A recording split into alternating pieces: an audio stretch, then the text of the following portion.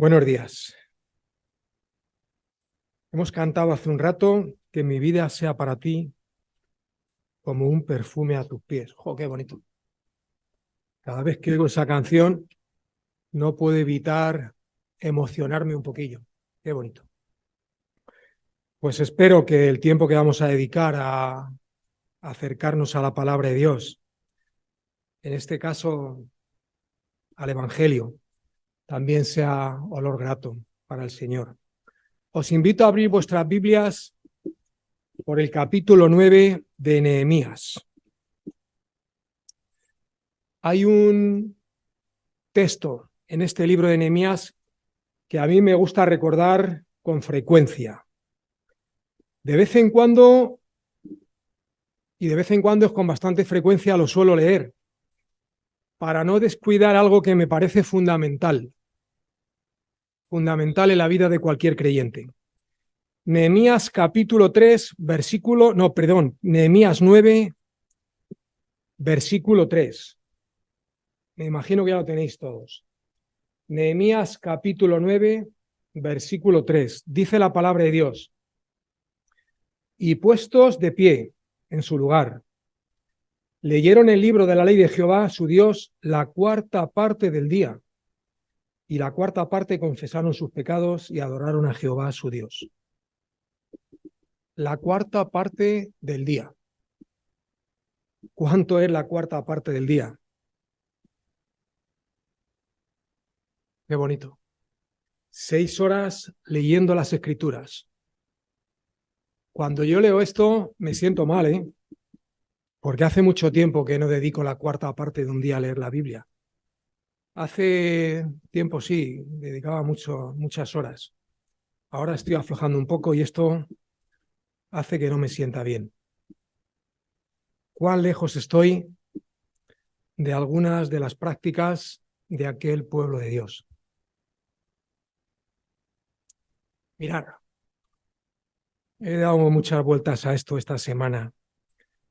Normalmente hacemos las cosas ya prácticamente de manera mecánica, casi cayendo en el ritualismo. Los domingos alguien se pone aquí, hoy me toca a mí, pero el domingo le tocará a otra persona, y siempre prácticamente es lo mismo. La persona que se pone aquí dedica 40 o 50 minutos o 35 a hablar y los demás a escuchar con atención. El miércoles casi nadie se acuerda de todo lo que se ha podido decir aquí. Casi nadie. Escuchamos, pero con la misma facilidad que escuchamos, olvidamos. Por eso me ha parecido interesante hacer esto hoy de otra manera. Hoy yo voy a dedicar un poco menos de tiempo a hablar. Y algunas personas que están ahí sentadas, concretamente 12, van a leer 12 textos del Evangelio según San Lucas. En cierta ocasión los discípulos le dijeron al Señor: enséñanos a orar. Y el Señor les enseñó a orar y nos dejó una maravillosa oración, el Padre Nuestro. Pero además de eso nos dejó algo aún más importante, y es el ejemplo de su vida, el ejemplo de su vida de oración. Y en eso es en lo que me quiero recrear en esta mañana y en lo que me quiero detener. Y de lo que vamos a hablar y de lo que vamos a tratar es de la vida de oración del Señor Jesús, según San Lucas. En el Evangelio según San Lucas hay 12 textos en los que podemos encontrar a Jesús orando o enseñando sobre la oración, y vamos a leerlos los 12. En primer lugar, la vida de oración y la aprobación de Dios, capítulo 3 de Lucas, versículos 21 y 22.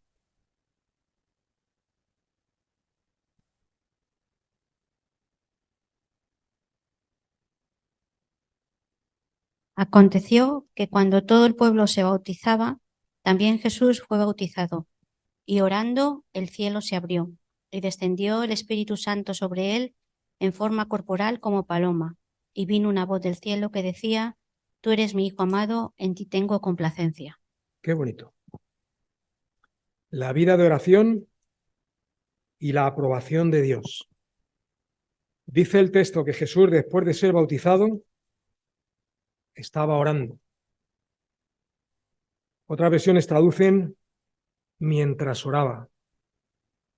El texto no dice nada sobre lo que el Señor estaba orando. Sí dice que oraba. Ahora, lo que estuviera diciendo en su oración debía de ser importante porque fue del agrado de Dios Padre.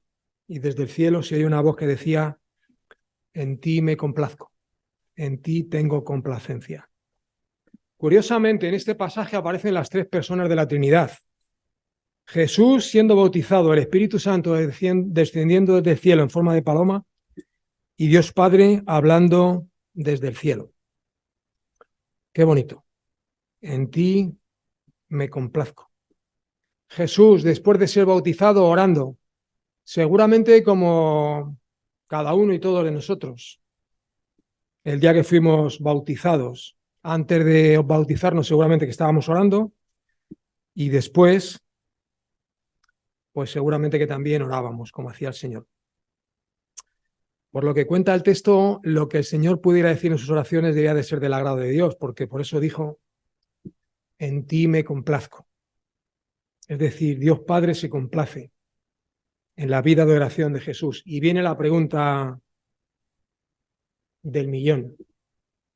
¿Se complace el Señor en mi vida de oración? ¿Se complace en las vuestras? Pues no lo sé. Ahí lo dejo. Segundo texto, Lucas capítulo 5, versículo 16. La oración como prioridad en la vida de un cristiano. Mas él se retiraba a lugares desiertos. Muy bien. El Señor buscaba estar apartado, estar concentrado, en soledad, para poder orar. Es muy, muy edificante, es muy bonito, es una bendición poder orar en compañía de otros creyentes.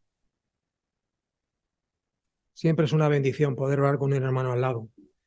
Pero de vez en cuando, y de vez en cuando con la mayor frecuencia que puedas, también es necesario poder estar a solas con Dios, poder expresarte con sinceridad delante del Señor. Porque además, Él es el único que debería oír algunas cosas que tú vas a tener que decirle. Por eso, de vez en cuando, es bueno y es conveniente poder estar a solas con el Señor. Dice el texto que Jesús se apartaba para poder concentrarse. Nosotros igual. Y dice otro texto, el Evangelio según San Marcos, que aún no había amanecido y Jesús ya estaba orando. Eso nos enseña que la oración para él era una prioridad. Era aún de noche y Jesús oraba. También dice el texto que Jesús buscaba la privacidad para poder hacerlo a solas, sin intimidad con Dios. Lo que no dice ningún texto es la naturaleza de las oraciones de Jesús en esos dos textos. No sabemos qué es lo que estaba orando Jesús. No sabemos si eran oraciones de adoración, de gratitud, estaba pidiendo alguna cosa, intercesión. No lo sabemos, no sabemos lo que había en esas oraciones. Pero sí sabemos lo que no había, y era petición de perdón. ¿Por qué? Porque en la vida de Jesús nunca hubo pecado y no tenía que ponerse delante del Padre para decir: perdóname por esto, aquello, lo otro. En la nuestra sí. Por eso, una buena forma de empezar el devocional por la mañana es pidiendo perdón. Porque seguramente que ayer caíste y antes de ayer y todos los días. Otro texto. La oración en las decisiones importantes. Capítulo 6, versículos 12 y 13.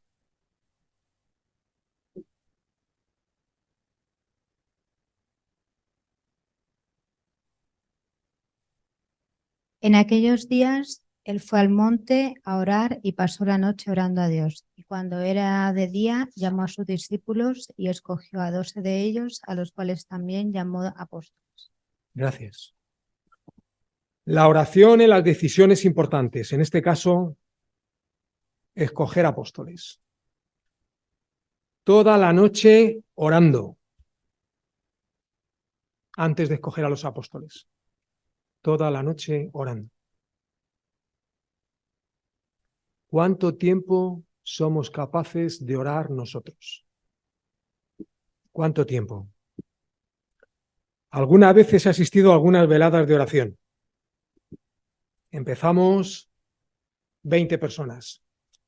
Cuando llevamos orando 1 hora, quedan 4 o 5. Y algunos tenemos que orar con los ojos abiertos porque si no nos dormimos. El Señor toda la noche orando. Cuando hay que tomar decisiones importantes, nunca está de más pasar tiempo pidiendo sabiduría, prudencia, pidiendo la dirección de Dios. Si Jesús lo hacía, es porque lo necesitaba. Y nosotros lo necesitamos muchísimo más que Él. Otro texto, la oración que transforma, cambia cosas y nos cambia a nosotros. Capítulo 9, versículo 29. Y entre tanto que oraba, la apariencia de su rostro se hizo otra, y su vestido blanco y resplandeciente. Mientras el Señor oraba, la apariencia de su rostro fue cambiando y las ropas que llevaba en aquel momento se hicieron blancas y resplandecientes como la nieve. La oración cambia las cosas, mucho más de lo que nosotros queremos ver y admitir. Y nos cambia a nosotros, que aún es más importante, más de lo que pensamos, más de lo que vemos y más de lo que creemos. Algunas veces he hablado con creyentes que se sienten mal y me dicen, "Jo, es que yo no he crecido, es que aún sigo cayendo, es que aún sigo desobedeciendo, es que sigo luchando con algunas cosas con las que luchaba hace tiempo". Hablas con ellos y creen que ellos no han crecido espiritualmente, porque siguen luchando con algunas cosas. Eso suele ser un engaño de Satanás. ¿Cómo que no has cambiado? Otra cosa es que no te acuerdes. Mírate en el espejo. Intenta echar la vista para atrás y acuérdate cómo eras hace 20 años y todo lo que el Señor ha quitado y ha cambiado en tu vida. Pensar lo contrario es menospreciar el poder de Dios. Y el Señor ha quitado muchas cosas, muchas de tu vida. Mira con detenimiento hacia atrás y verás todo lo que ha hecho el Señor. ¿Que aún tiene que hacer algunas cosas? Claro que sí, pero ya ha hecho mucho. No te dejes engañar por el enemigo, que va a intentar por todos los medios hacerte ver pues que eres un carnal y que no has crecido y que el Señor no ha transformado absolutamente de tu vida nada. No lo creas. Otro texto, la oración de gratitud, capítulo 10, versículos 21 y 22. En aquella misma hora Jesús se regocijó en el Espíritu y dijo: Yo te alabo, oh Padre, Señor del cielo y de la tierra, porque escondiste estas cosas de los sabios y entendidos y las has revelado a los niños. Sí, Padre, porque así te agrado. Todas las cosas me fueron entregadas por mi Padre, y nadie conoce quién es el Hijo sino el Padre, ni quién es el Padre sino el Hijo, y aquel a quien el Hijo lo quiera revelar. Gracias, Blanca. La oración de gratitud. Pregúntate, ¿cuánta gratitud hay en tu corazón para el Señor? Pregúntatelo. Os cuento una historia. Durante 10 años estuve en una iglesia de Madrid. Allí conocí a Olga. Éramos miembros de la misma iglesia los dos. La iglesia Alfa y Omega. Durante 10 años me tuve que estar encargando de la reunión de oración, junto con mi mujer. Quitando en verano que suspendíamos el culto de oración igual 4 o 5 domingos y a lo mejor en Navidad 1 o 2 semanas, pues echar la cuenta, si un año tiene 52 semanas y lo dejábamos 5 o 6, pues 40 y tantos por 10 años, 400 y muchos cultos de oración. Al culto de oración asistía un buen grupo de personas mayores, a los que siempre guardaré en mi corazón y los quiero mucho. Durante 10 años intenté hacerles ver que dedicábamos mucho tiempo a pedir cosas al Señor y muy poco tiempo a darle las gracias. Pero es que no había manera. Empezábamos a orar y Señor, gracias porque eres bueno, porque no sé, te pido que... Al final intenté tener un tiempo para expresar gratitud al Señor durante 15 o 20 minutos y luego para elevar nuestras peticiones, pero no había manera. Empezábamos a dar gracias y siempre terminábamos pidiendo. Y aquello, después de pensarlo mucho, me daba la sensación de que algunas veces pensábamos que el Señor es como un autoservicio, a que nos acercamos para pedir cosas cuando nos hace falta lo que sea. Hacer la prueba, poneros a orar y veréis que damos gracias 2 minutos y pedimos y pedimos y pedimos y hay que buscar un poco de equilibrio. Jesús expresó su gratitud. Nosotros deberíamos hacer lo mismo y repito, intentar ser más agradecidos y no seáis tan pidones, tan pedigüeños. Otro texto que me encanta, la oración que estimula a otros a orar, enséñanos a orar, lo he mencionado antes, capítulo 11, versículo 1.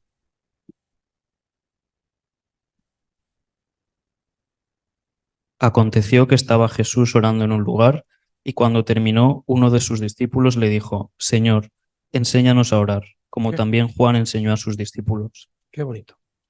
Dice el texto que el Señor Jesús estaba orando en un lugar.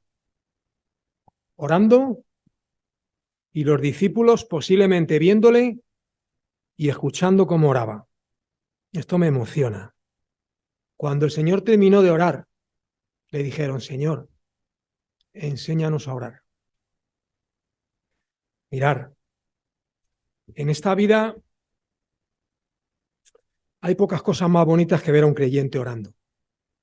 Cuando yo no era creyente, una de las cosas que me tocó el corazón es que una persona me dijo: yo estoy orando por ti. Y aquello me fulminó. Y dije: ¿cómo es posible? Una mujer de mi iglesia me dijo: yo estoy orando para que Dios te ayude a entender su palabra, sus cosas y te ablande el corazón, porque yo era un elemento de cuidado, ¿eh? Hay pocas cosas más bonitas que ver a un creyente orando. Y si encima ves a un creyente orando de rodillas, entonces la imagen es indescriptible. Un amigo mío, compañero de ministerio, me dijo que se convirtió al Señor cuando vio un día a su padre, entró al despacho un domingo por la mañana y vio al padre de rodillas orando para que el Señor le ayudara con la predicación, y aquello lo fulminó, y aquel día se convirtió al Señor. Le conocéis todos, no voy a decir quién es, pero le conocéis todos. Ha servido como pastor durante mucho tiempo, y yo con él. Un amigo mío, que es pintor y profesor de Bellas Artes, pintó hace unos años un cuadro de otro amigo nuestro sentado en un sillón orando. Qué precioso. Uno de los cuadros más bonitos que he visto en mi vida.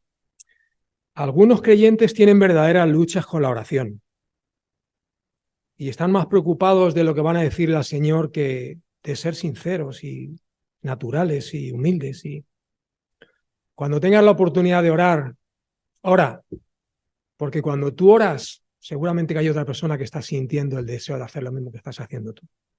Por eso hay oraciones que nos invitan a otros a orar. Otro texto, la oración persistente. Aquí hay 2 textos. Uno es el capítulo 11, versículos 5 al 10, y otro es el capítulo 18, versículos 1 al 7. Vamos a leerlos los dos.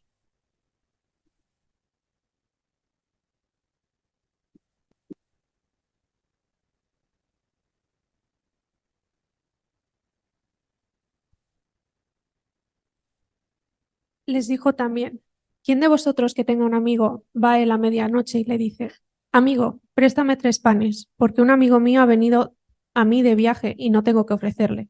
Y aquel, respondiendo desde adentro, le dice: no me molestes, la puerta ya está cerrada y mis niños están conmigo en la cama. No puedo levantarme y dártelos. Os digo que, si no se levanta a dárselos por ser su amigo, al menos por su inoportunidad se levantará y le dará todo lo que necesite. Por eso os digo: pedid y se os dará, buscad y hallaréis, llamad y se os abrirá, porque todo aquel que pide recibe, y el que busca halla, y al que llama se le abrirá. Y ahora tenemos capítulo 18, versículos 1 al 7. También le refirió Jesús una parábola sobre la necesidad de orar siempre, sin cesar, Había en una ciudad un juez que ni temía a Dios ni respetaba a nadie. Había también en aquella ciudad una viuda que acudió al juez y le dijo: «Hazme justicia ante mi adversario». El juez no le hizo caso durante algún tiempo, pero después se puso a pensar: «Aunque no temo a Dios ni tengo respeto a nadie, voy a hacer justicia a esta viuda para que deje de molestarme. No sea que al final se me agote la paciencia». Dijo entonces el Señor: «Prestad atención a lo que dijo el juez injusto. ¿Y acaso Dios no hará justicia a sus escogidos que claman a Él día y noche? ¿También tardará, en responderles?» Muy bien, dos pasajes en los que no vemos a Jesús orando, sino enseñando sobre la oración. La enseñanza es la misma en los dos pasajes. Hay que insistir. Hay que ser persistentes en la oración. Algunas veces el Señor contesta rápidamente. Hace algún tiempo os comenté que mi familia y yo estábamos orando para que el Señor nos diera una nieta. Pues nos la dio en menos tiempo del que esperábamos. Y encima luego nos dio otra, nos dio dos, una que pedimos y otra de regalo. Algunas el Señor contesta rápidamente, otras veces tarda en contestarnos. Y otras veces, de una forma u otra, nos hace saber que aquello que estamos esperando no va a llegar. Pero lo que hemos leído aquí es que el Señor quiere que seamos insistentes, que insistamos, que perseveremos en la oración. Y mirad, cuando oréis, algunos consejos prácticos.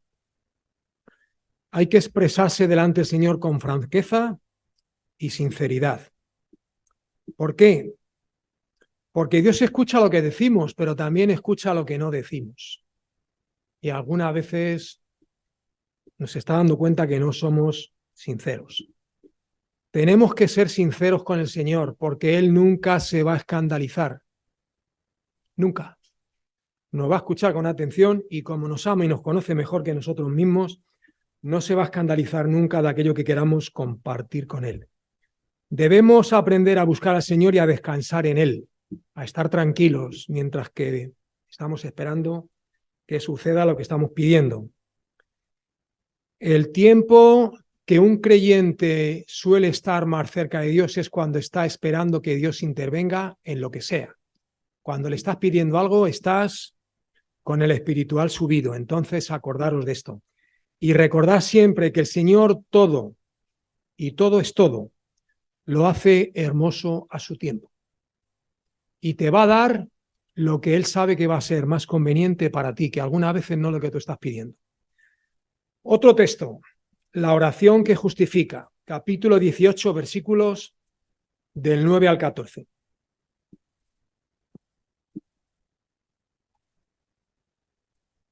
A unos que confiaban en sí mismos como justos y menospreciaban a los otros, dijo también esta parábola.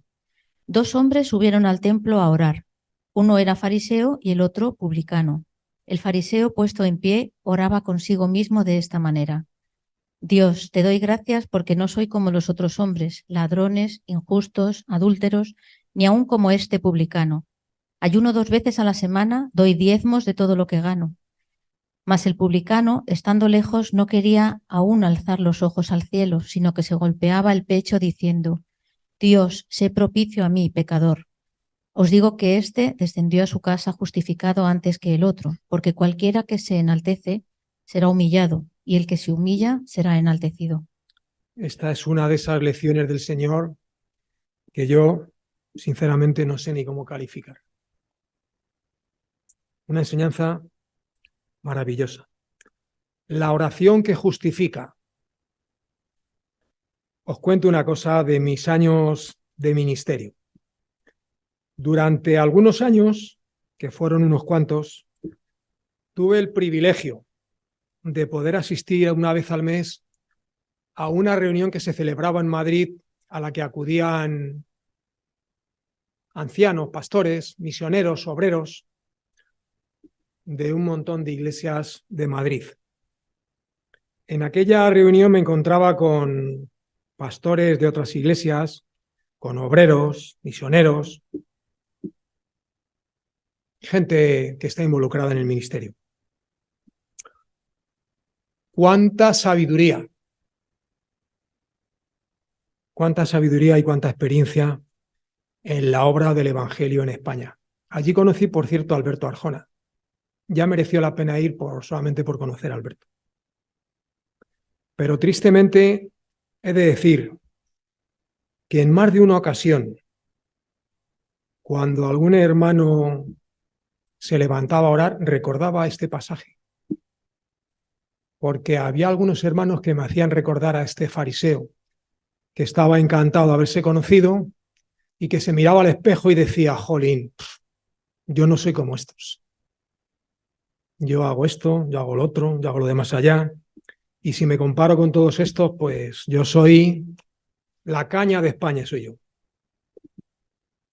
Mirar, cuando nos ponemos ante Dios, no deberíamos jactarnos absolutamente en nada. Porque no hemos de compararnos con otros. Tenemos que mirar al Señor. Y cuando miramos al Señor y pensamos en su santidad, en su sabiduría y en su poder, por lo menos a mí no me quedarían ganas de compararme con nadie, porque me veo tan pequeño y tan insignificante que ¿quién soy yo para presentarme delante de Dios con esa actitud?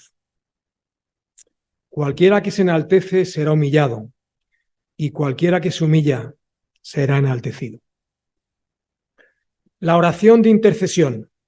Yo he rogado por ti, que tu fe no falte. Capítulo 22, versículo 32.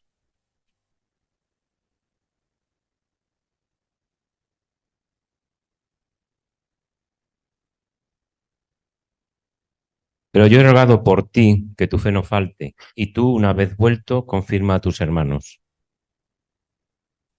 Yo he rogado por ti, Pedro, que tu fe no falte.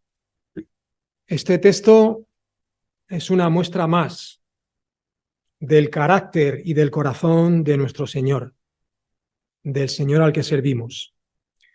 Sabiendo lo que iba a hacer Pedro y el Señor intercediendo por él. Yo he rogado por ti. Algo que frecuentemente hizo y que sigue haciendo desde el cielo, por cierto, interceder por su iglesia, interceder por cada uno de nosotros.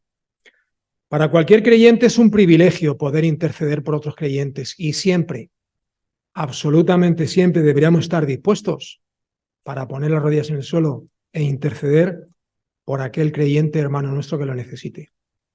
Que algunas veces somos muy rápidos en el juicio y muy tardos en la misericordia. Pues acordaros de esto, que el Señor intercedía y intercede por los creyentes. Otro texto, la oración de rendición a la voluntad de Dios. No se haga mi voluntad, sino la tuya. Capítulo 22, versículo 42.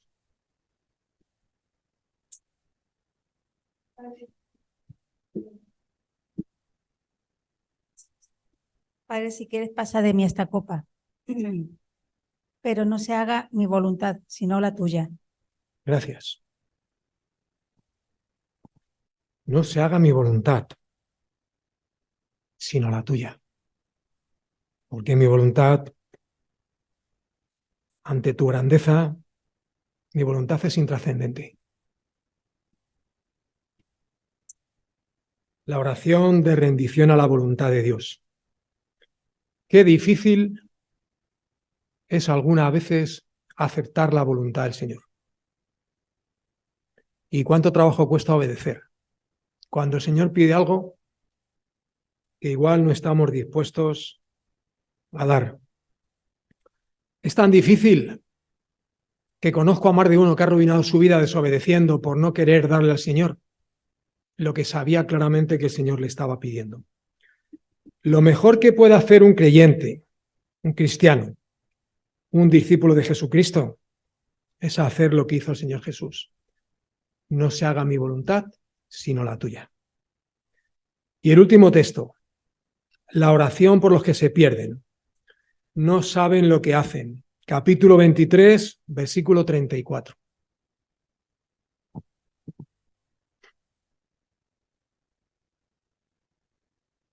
Y Jesús decía, Padre, Perdónalos porque no saben lo que hacen. Y repartieron entre sí sus vestidos, echando suertes. La oración por los que se pierden. Qué pena. No saben lo que hacen. Esta se me antoja que es la muestra más clara y evidente de la clase de hombre que era el Señor Jesús. Agonizando en una indigna cruz, seguramente padeciendo dolores y calambres insoportables, padeciendo la deshidratación y la pérdida de sangre y seguramente fiebre y no sé cuántas cosas más. Y al mismo tiempo dando muestras de su misericordia infinita. Perdónalos, porque no saben lo que hacen. En el corazón del Señor nunca hubo resentimiento, no hubo ira, no había ningún deseo de castigo sobre los que le estaban maltratando. ¿Qué habría yo pedido a Dios en una situación parecida? Pues que descendieran rayos del cielo y los fulminara a todos. Sin embargo, Jesús, ni un solo deseo de castigo sobre aquellos que le estaban asesinando, quitándole la vida.